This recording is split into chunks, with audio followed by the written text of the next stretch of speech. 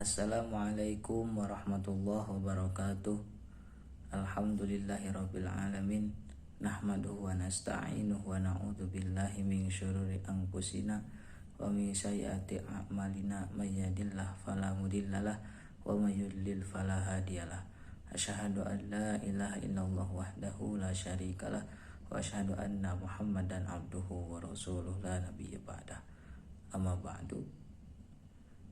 Perkenalkan, saya Muhammad Aliansah dari kelas PAI 6B.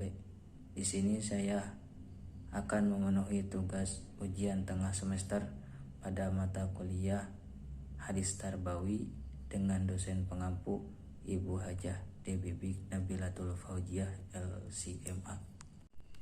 Bismillahirrahmanirrahim.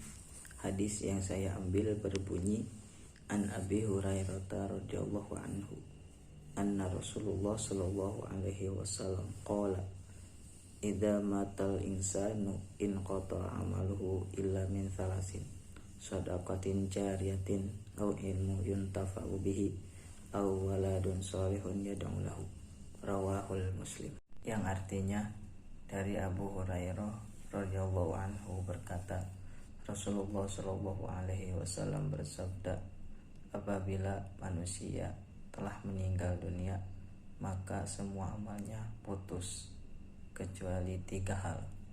Yang pertama, sedekah jariyah. Yang kedua, ilmu yang bermanfaat.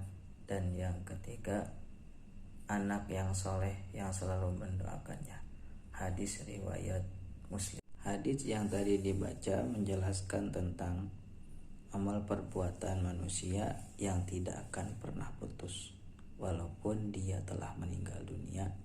Itu ada 3 hal.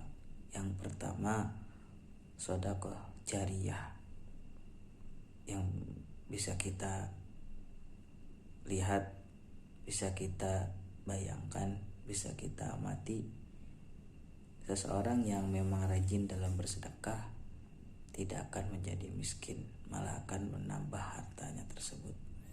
Itu pun dalam catatan perbuatannya ikhlas karena Allah Ta'ala. Jadi contoh sedekah jariyah itu banyak sekali, seperti wakaf, zakat, sedekah, membantu fakir miskin berupa makanan, uang, dan lain sebagainya. Itu termasuk investasi akhirat, termasuk ladang pahala bagi kita semuanya. Selanjutnya, amal perbuatan yang tidak pernah putus walaupun manusia itu telah meninggal dunia.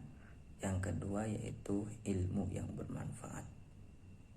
Jika kita ingin memiliki ilmu yang bermanfaat, ketika kita sedang menuntut ilmu, hendaknya harus mengutamakan 6 hal pada kitab Ta'limul Muta'allim. Yang pertama yaitu dukain, cerdas.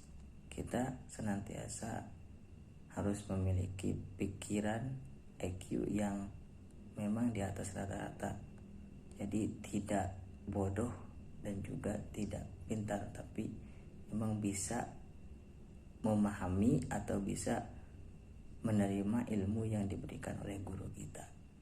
Yang selanjutnya yaitu kita harus bersungguh-sungguh dalam menuntut ilmu. Jika kita tidak bersungguh-sungguh dalam menuntut ilmu, maka ilmu kita tidak akan dapat, apalagi ilmu yang bermanfaat. Yang selanjutnya itu wastibarin, harus sabar dalam menuntut ilmu walaupun banyak cobaan.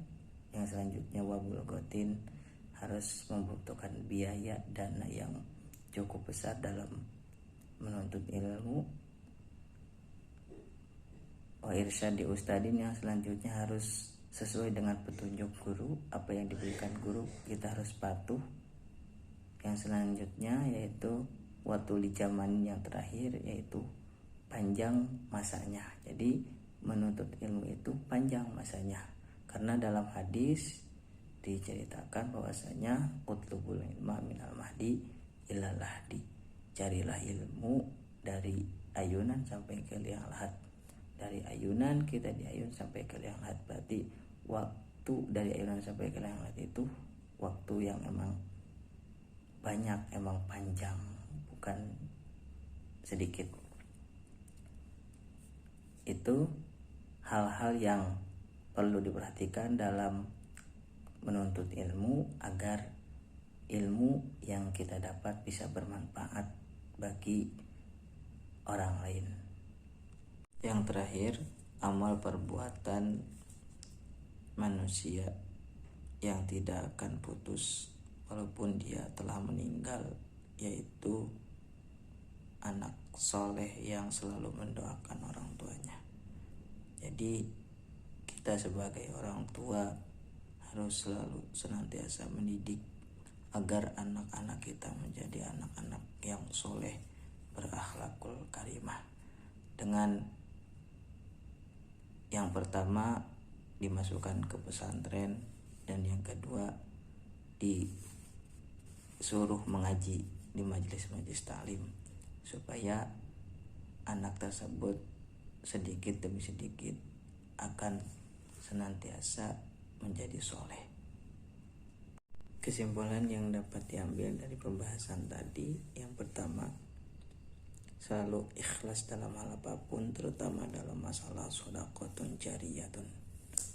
Yang kedua, bersungguh-sungguh dalam menuntut ilmu. Sejatinya menuntut ilmu itu akan meninggikan derajat seseorang. Dan yang terakhir, selalu berdoa kepada Allah dan selalu mengerjakan akhlak yang mulia terhadap anak. Semoga anak-anak kita menjadi anak-anak yang soleh. Amin ya Allah ya rabbal alamin. Cukup sekian dan terima kasih. Kurang lebihnya mohon maaf. Ihdinas siratal mustaqim. Wassalamualaikum warahmatullahi wabarakatuh.